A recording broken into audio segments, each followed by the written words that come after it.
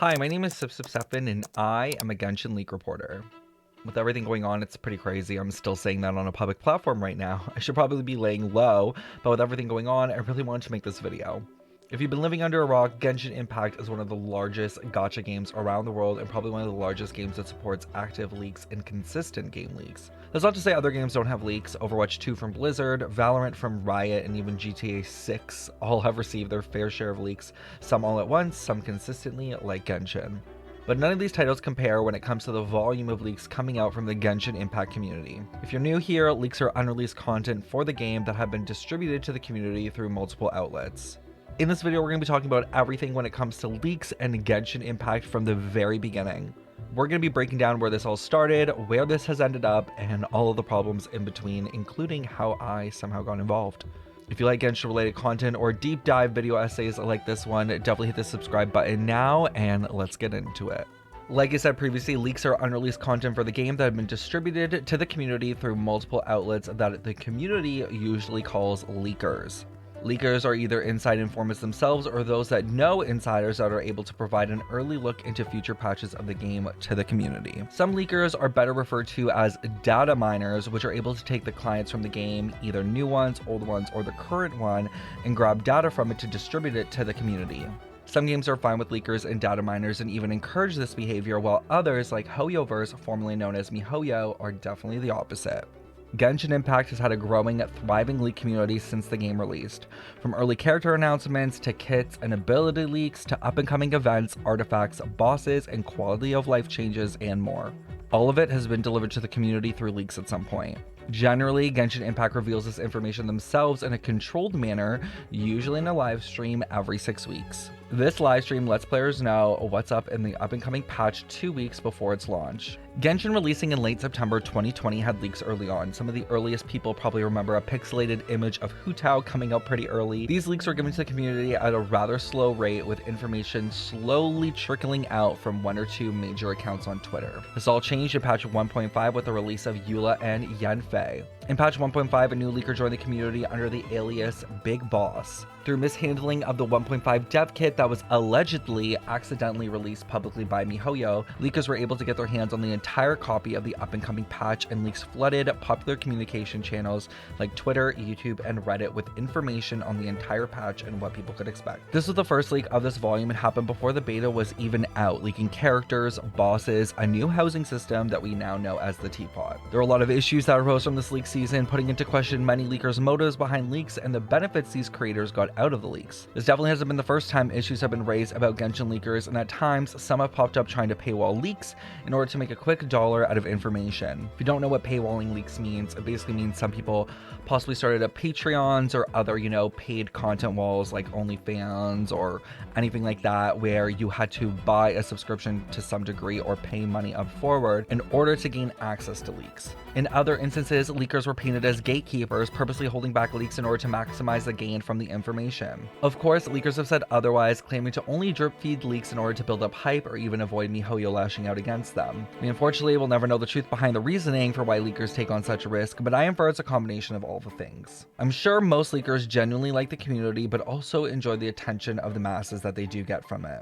This is further shown in the fact that recently we have discovered many current leakers in Genshin don't even play the game anymore. Clout is quite a crazy drug, I will say. Although the community seems to support a large and thriving leak community, it has also been rather divided on the topic. Some see the benefit of leaks and how it allows them to not only plan for the future, but also anticipate and get hyped up for things that they're excited to experience in the next patch. On the other side, many despise leaks for either being quote-unquote illegal, which we'll get into the legality of all this in a bit, or just despise the leakers in general for almost this celebrity status that they've achieved in the community, which they believe is unwarranted. And some are in the middle, thinking some leaks are okay, but story-related leaks ruin the experience for them. An odd outlier that I've noticed recently is many people in the Genshin Impact community consume leaks themselves, watching leak-related content or spreading leaks around on public platforms, like Twitter or TikTok, or just sending them privately to their friends. Yet, a lot of these same community members, when leakers get into either trouble or have issues with each other or issues in general, or honestly even go through personal problems, send them a ton of hate and backlash towards these same sources they tend to use. A lot of the time, leakers have gotten into rather public feuds over disagreements, and many of the community's responses have been dismissive, asking leakers to, quote, get back to leaking. I don't know. Personally, this leaves a bad taste in my mouth, although a lot of the drama that goes on around leaks and leak-related content and content creators is pretty dumb. I think the whole get back to giving us what we want, we only care about you if you're giving us leak culture is kind of rather toxic. It's also these same accounts that say leakers only leak for clout, yet only provide leakers positive attention when they are leaking. It's a rather vicious cycle, to be honest. By the time Inazuma came, leaks had begun to look a lot more like how they look today, consistently coming out in waves right after the release of the most recent patch. You could almost guarantee leaks within the first week of a patch for the next patch coming right up. Due to this, HoYoverse tried to beat the leakers by introducing something we now call drip marketing. The Monday morning before a patch drops, if you're in EST time, would be the time in which HoYoverse releases the images for up-and-coming characters in the following patch. This was a way in which they could beat the leakers for releasing the first looks at their up-and-coming new characters. At the end of the day, this was a game of engagement and leaks. HoYoverse saw leaks as a negative profit and growth. Leakers in their eyes shifted the focus away from their own platform and didn't allow Genshin and their respective PR teams to control the narrative constantly when it came to characters and information on the game. In my opinion, HoYoverse implemented this system in hopes to combat the leakers so that they got the opportunity to be the first source of graphics for new characters. Although this worked for a short while, leakers continued to gain more sources somehow, and eventually the drip marketing would be getting leaked a couple of hours before release, with the biggest offenses being leaks of the complete splash arts before characters had even been announced. It seemed no matter what HoYoverse implemented, eventually the leakers would have an answer to.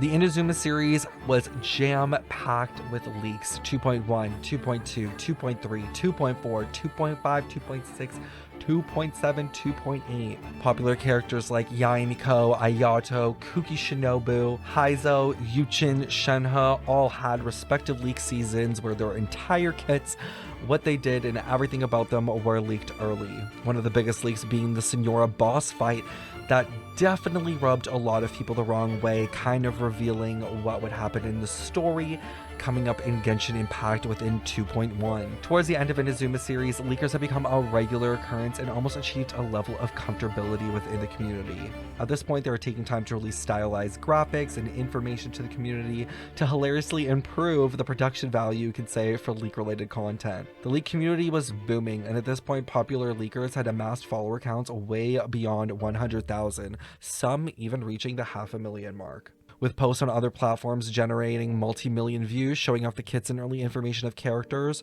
there was clout to be made, and when it came to leaks, it was easily becoming a game for some of the top leakers involved. Usually, leaks would start in the following way. One leaker would be ballsy enough to make a move and post either an intriguing hint or detail or share some sort of early look into an up-and-coming character or patch. Most of the time, these leaks were again for the up-and-coming patch, but there were many times where slight mentions or hints of future patches, 2, 3, or even 4 out were leaked as well.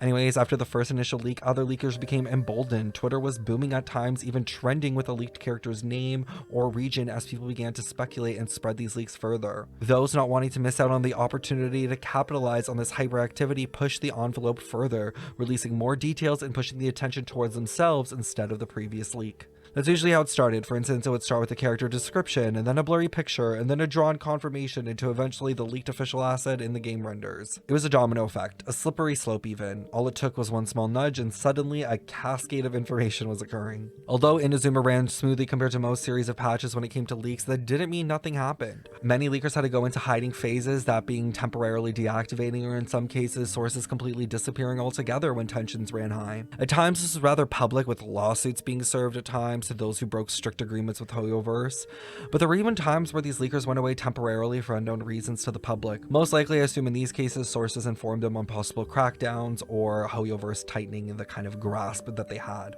The season of Sumeru leak started in 2.8 with an early dev kit falling once again into the hands of leakers. There was also allegedly an employee at MiHoYo that did leak the first look into Nilou's burst ability, but it's obviously unconfirmed. This leak was massive, starting with the most famous photo that went viral of the entire 3.0 cast of characters. With a patch like this, the entire addition of a new region, the leaks continued to come in for weeks. The dev kit of Sumeru was so far-reaching, regular people who had little to no experience in leaks, if they looked hard enough, were able to get their hands on it. The change in HoYoverse handling these leaks is when a popular Spanish streamer decided to stream his leaked dev kit on a Twitch stream, pulling in thousands of views as well as media attention. Many other streamers and community members voiced their issue with this, almost laughing at the fact that HoYoverse had allowed leaks to get to this level. Leaks in the content creation space are a bit tricky. It operates in a rather gray area where although the content is copyrighted, leaks and game news falls under fair use, and it's a rather push and pull factor between, well, creators who talk and report on leaks don't sign any legal NDAs or anything like that,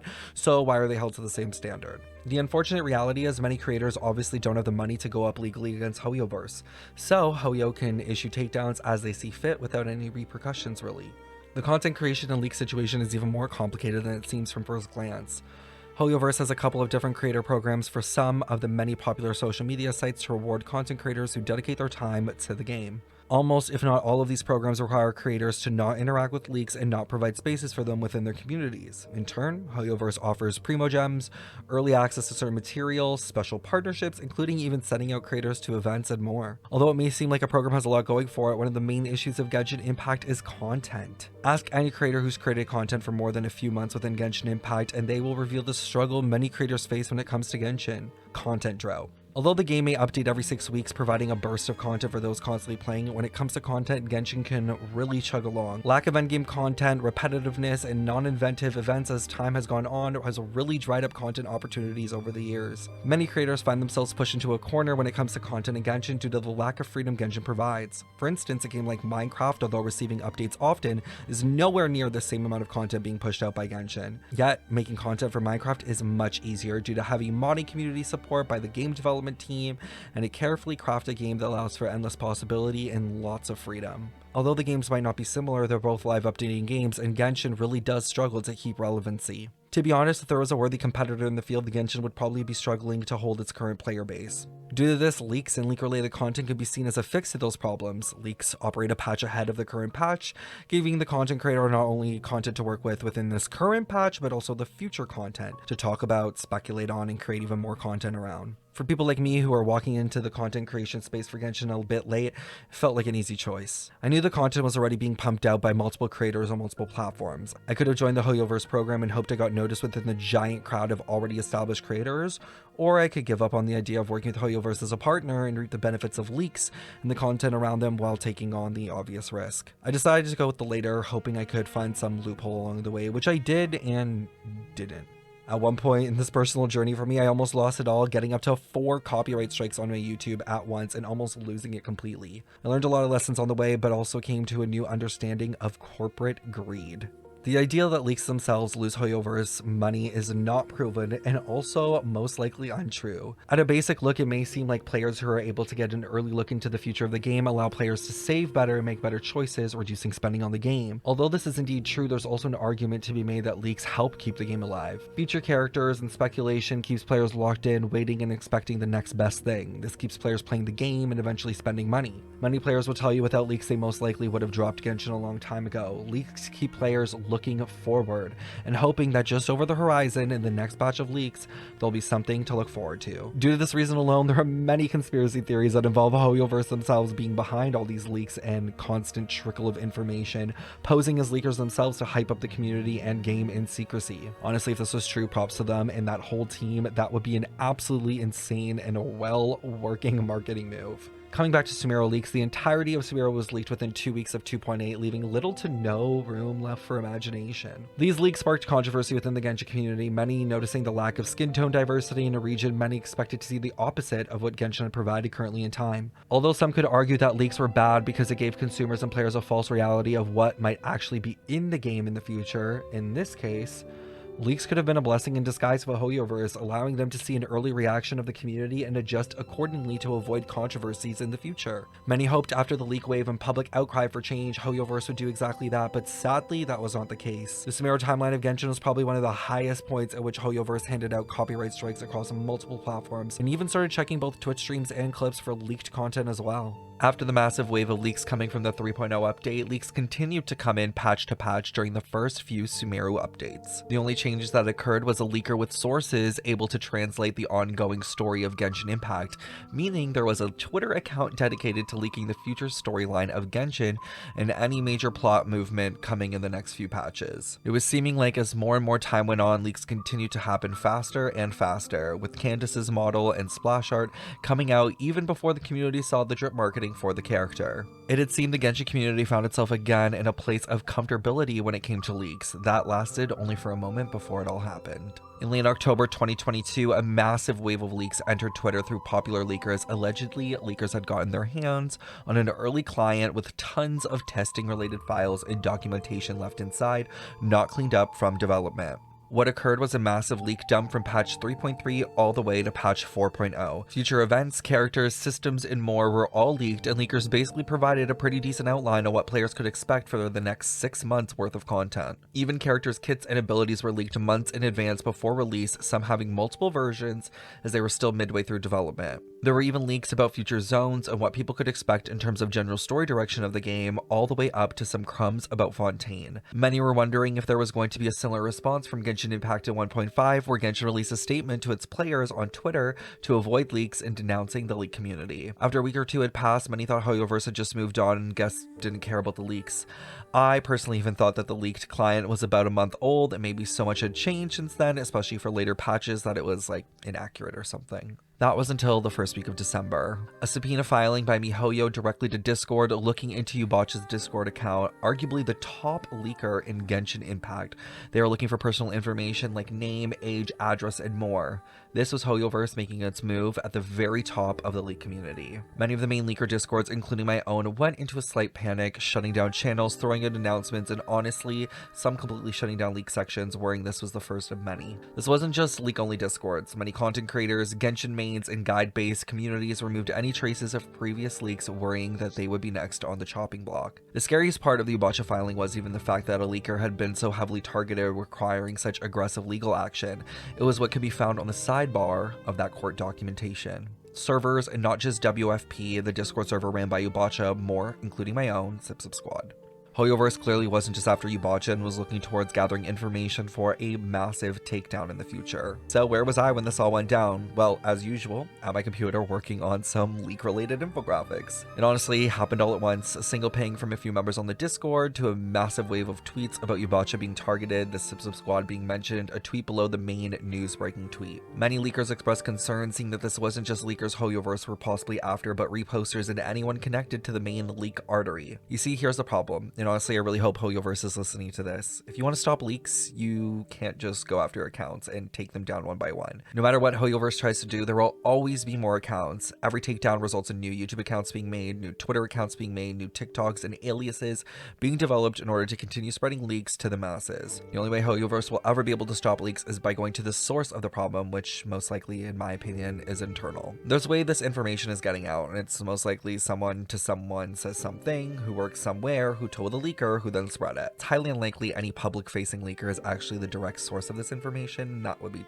too easy, and honestly rather reckless. Though there is definitely a few people out there that are convinced there's a HoYoverse employee in the back of the cubicle office snapping pictures and sending out tweets. The way these leaks keep getting spread is the fact that there's probably some sort of chain of information hidden through apps and other mediums of communication that are hard to track and easy to delete. In some instances, some informants take to public forums using brand new nameless accounts to drop information before quickly deleting and leaving the scene, never to be seen again, or at least anytime soon. Many people during this huge news drop thought the end of the leaks were near, and that this marked a time at which Genshin would not be receiving any leaks anytime soon, or possibly ever again. To be honest, if you weren't within the know, it really did look like that way, with tons of popular and mainstream outlets breaking down or going dark completely. Those who use other channels to receive news knew this definitely wasn't the end, but possibly a slowdown. In reality, it wasn't.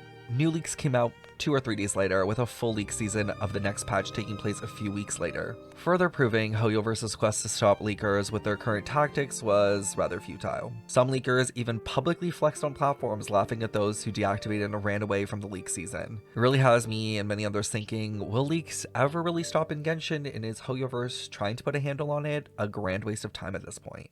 Currently now, it's looking like there's nothing really stopping leaks in Genshin Impact. Days ago was a massive wave of Fontaine leaks revealing the starting lineup of Fontaine characters players can expect in the future. Reaction to these new leaks have been all over the board, some loving what they see, but many saying Genshin and its designs have become stale and there's little left in Genshin that feels new and exciting. Only time will tell if Genshin Impact will be able to re-find its footing, and it's only a matter of time before a major competitor like Activision joins in and shares the gotcha dollars. Regardless, we know players will most likely find out about these changes through their favorite popular leak outlets, as although a major player has been taken out, there always seems to be someone ready to grab the torch and keep running. So what is the future of Genshin? Leaks will tell you it's another region with more characters and not much else.